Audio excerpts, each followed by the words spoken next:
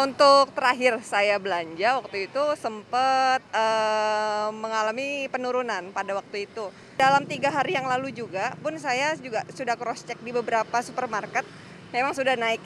Jadi hitungannya 2 liter itu hampir Rp50.000. Kalau misalnya turun, udah turun emang, tapi kalau misalnya signifikan saya bilang sih belum. Kalau misalnya beberapa harga emang terasa turun, tapi buat yang merek yang saya pakai sehari-hari belum turun. Sekitar 60 ribuan. 60 ribuan ya? Iya, untuk yang 2 liter. Belum, memang waktu dulu kan langka, tapi kalau sekarang memang sudah banyak, tapi harganya itu masih ya relatif mahal ya. Paling turun 1.000-2.000 itu. Belum ada. Belum ada. Ya balik lagi aja kayak dulu ya gitu ya. Ya apalagi ada subsidi dari pemerintah 14.000 ya lumayan juga sih sebenarnya. Harga agak turun tapi nggak banyak ya. Jadi yang 1 liter aja harganya juga masih 24 ya. Dari harga yang dulu cuma 14.000, sekarang kan masih tinggi juga, masih lumayan tinggi. Karena 50.000 aja turunnya cuma sedikit, 48 ya. Jadi masih relatif sangat tinggi lah ya.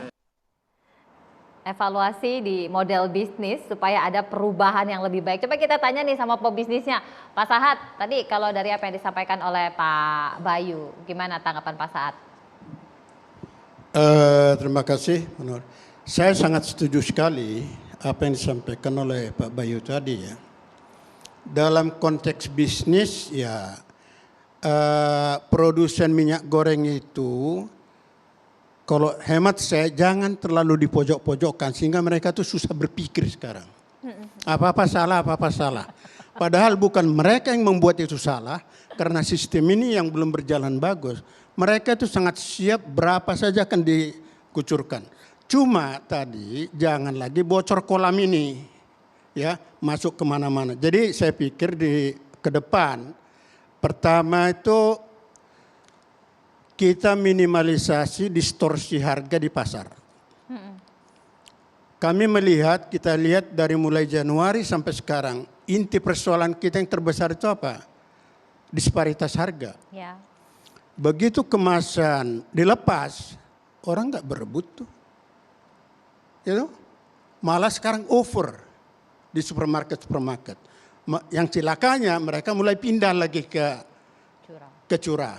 Itu saya kira yang perlu dihindari. Yang kedua adalah, itu sangat setuju apa yang disampaikan oleh Pak Bayu tadi.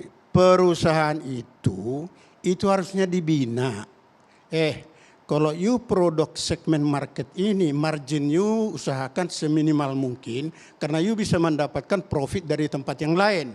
Jadi ada social responsibility juga bagi mereka. Karena bagaimanapun ekspor itu sangat besar. Kecuali kita punya grand strategi. Yaitu artinya adalah kalau diperpanjang sebetulnya gini ya. Dengan levy yang sekarang, apa yang terjadi? Harga sawit domestik jauh lebih murah daripada harga ekspor. Harusnya investor itu datang. Ya. Kalau bisa 65% produksi kita itu di domestik, maka kita king. Kitalah jadi price leader, kita yang menentukan harga dunia, bukan negara-negara lain. Saya kira itu yang perlu kita pikirkan untuk jangka panjang. Itu. Gitu Mas Faisal. Cocok? Boleh komentar dong. Ya, satu hal juga tadi dari Pak Bayu, saya pikir bagus sekali, inovatif ya. Tapi saya juga tertarik tadi yang sempat disebut juga oleh Pak Herman. Karena minyak goreng ini kan sebetulnya juga salah satu bahan pangan pokok yang menguasai hajat hidup orang banyak. Apapun yang menguasai hajat hidup orang banyak itu tetap perlu ada peran daripada BUMN yang lebih besar ya. Misalnya kalau kita lihat subsidi oleh BBM ya, BBM yang mana di BUMN-nya adalah Pertamina. Nah ini lebih efektif karena jadinya ya dikuasai oleh memang Pertamina ya sampai ke distribusinya. Nah minyak goreng sekarang memang swasta semua ya. BUMN kecil sekali ya, jadi begitu ada masalah, nah ini memang susah jadi mengontrolnya. Nah jadi saya rasa tadi peran daripada PTPN kalaupun juga ini ditingkatkan, Bulog juga ya.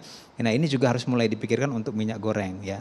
Tapi catatan tadi yang disebutkan kalaupun misalkan Bulog harus lebih besar perannya di sini, harus dilihat juga bagaimana di hilir retailnya itu kan juga harus dilihat ya.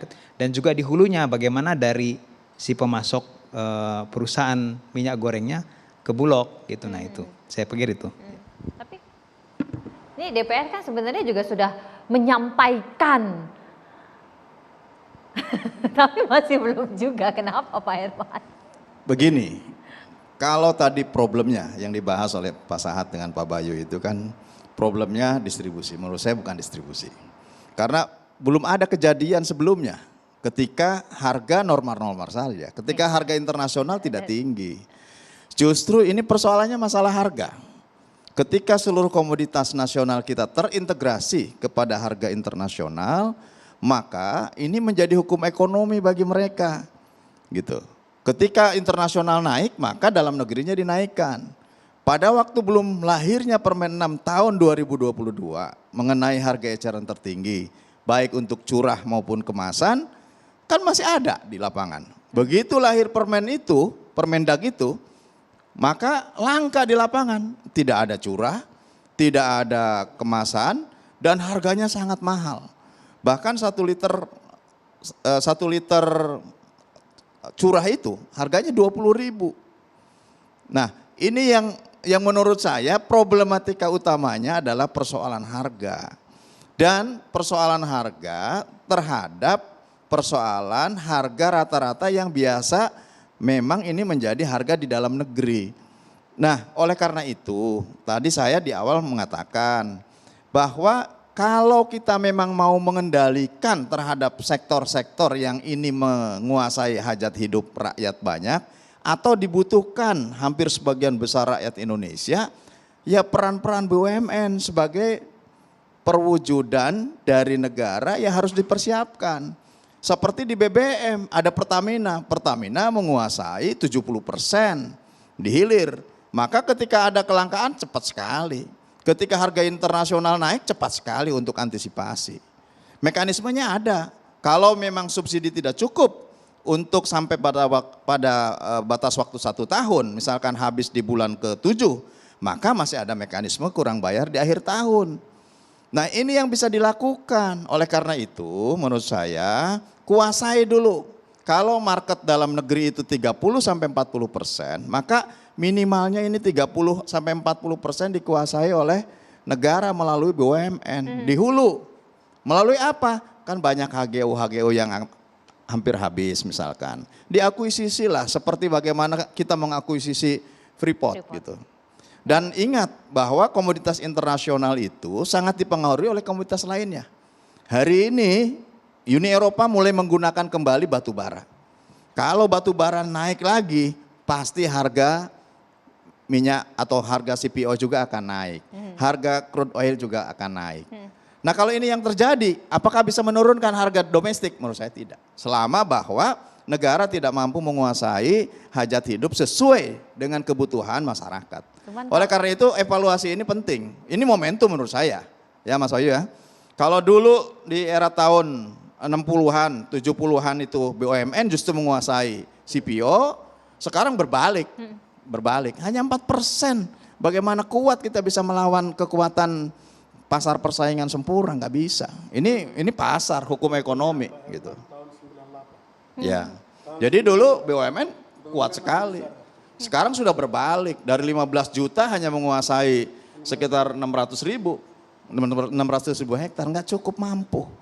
Nah, petani sawit pun yang menguasai 41% itu juga terintegrasi kepada swasta.